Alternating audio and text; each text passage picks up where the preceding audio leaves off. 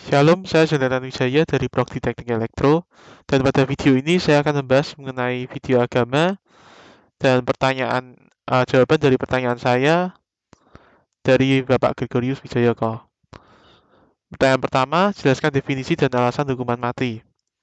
Hukuman mati adalah suatu hukuman atau vonis yang dijatuhkan oleh pengadilan atau tidak langsung dari pengadilan sebagai bentuk hukuman terberat yang dijatuhkan atas seseorang akibat perbuatannya. Hukuman mati itu sendiri suatu hal yang baik bagi manusia, tetapi juga menjadi hal yang buruk juga.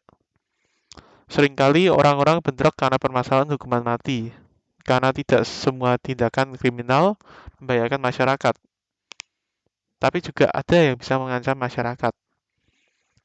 Kita bisa melihat saat kejadian witch hunt, di mana 19 orang tertuduh Amerika dihukum gantung tanpa tahu mereka benar-benar bisa sihir atau tidak.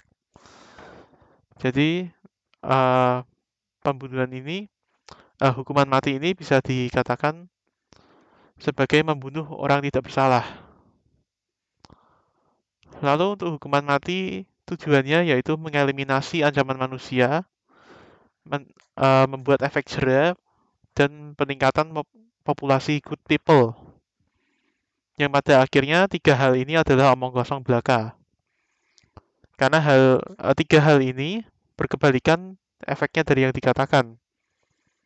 Bukti yang ada yaitu tidak membuktikan bahwa hukuman mati adalah solusi dan memberikan efek jera pada kejahatan. Pendapat dari Santo Agustinus mengenai hukuman mati adalah hukuman mati seharusnya untuk mencegah kejahatan dan melindungi pihak tidak bersalah.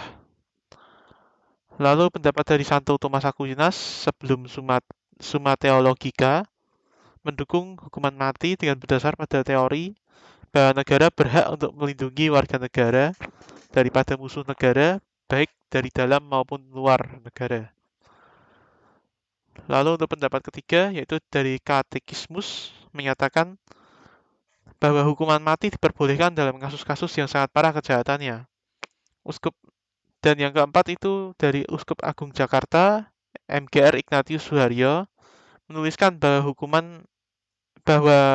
hukuman mati harus ditolak selain dalam kasus keharusan yang mutlak. Seperti pada kasus Mary Jane, yang mengatakan bahwa dia tidak mengetahui bahwa dia memiliki narkoba pada barangnya. Dikatakan bahwa Mary Jane bisa saja dibohongi dengan penukaran barang-barangnya dengan yang berisi narkoba. Tetapi bisa saja dia adalah pengedar narkoba besar. Dan pada akhirnya Mary Jane dihukum mati tanpa diketahui ia bersalah atau tidak. Sebenarnya hukuman mati ini ditentang oleh MGR Ignatius Suharyo dikarenakan Mary Jane bisa saja tidak bersalah karena tidak kurangnya bukti dan Mary Jane yang tidak bisa membuktikan bahwa dia bukan pengedar narkoba, maka ia dihukum mati. Lalu soal kedua, jelaskan sejarah pelaksanaan hukuman mati. Dalam sejarah peradaban kuno, praktik eksekusi mati itu sudah ada sejak zaman Babilonia di Mesopotamia.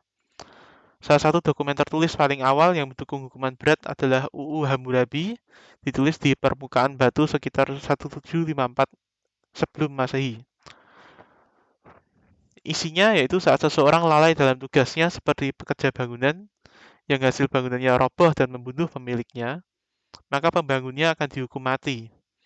Tetapi jika anak pemiliknya yang mati karena robohan bangunan, maka anak dari pembangun itu yang akan mati. Konsep ini adalah konsep potong tangan kanan, potong tangan kiri. Jadi sama. Lalu manusia yang dihukum mati ada juga karena perbedaan perbedaan opini antara penguasa dan resistan, yang seringnya seperti diktator seperti Kim Jong-un, Hitler, lalu Louis ke-16 dengan istrinya yang dibunuh saat revolusi Prancis, dan sebagainya. Juga bisa karena orang tersebut melakukan kejahatan yang luar biasa dan mengancam orang banyak. Tetapi pada akhirnya seperti pada Alkitab, balaslah kejahatan dengan kebaikan. Roma 12 ayat 9. Pada akhirnya hukuman mati hanya menyebabkan kekerasan yang semakin bertambah karena kekerasan itu sendiri bukanlah suatu solusi. Kita bisa melihat contohnya seperti saat revolusi Prancis, warga Prancis mengeksekusi para loyalis dan mulai membentuk grup revolusionalis yang pada akhirnya membawa Prancis kembali kepada monarki lagi. Lalu untuk pertanyaan ketiga, jelaskan alasan mahasiswa setuju atau tidak setuju terhadap hukuman mati.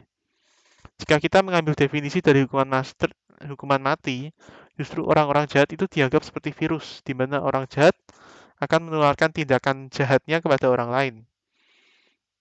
Tapi untuk menjadi orang jahat itu sendiri, faktornya tidak hanya dari itu saja. Ada faktor yang lain seperti mental disorder seperti PTSD juga bisa menyebabkan kejahatan.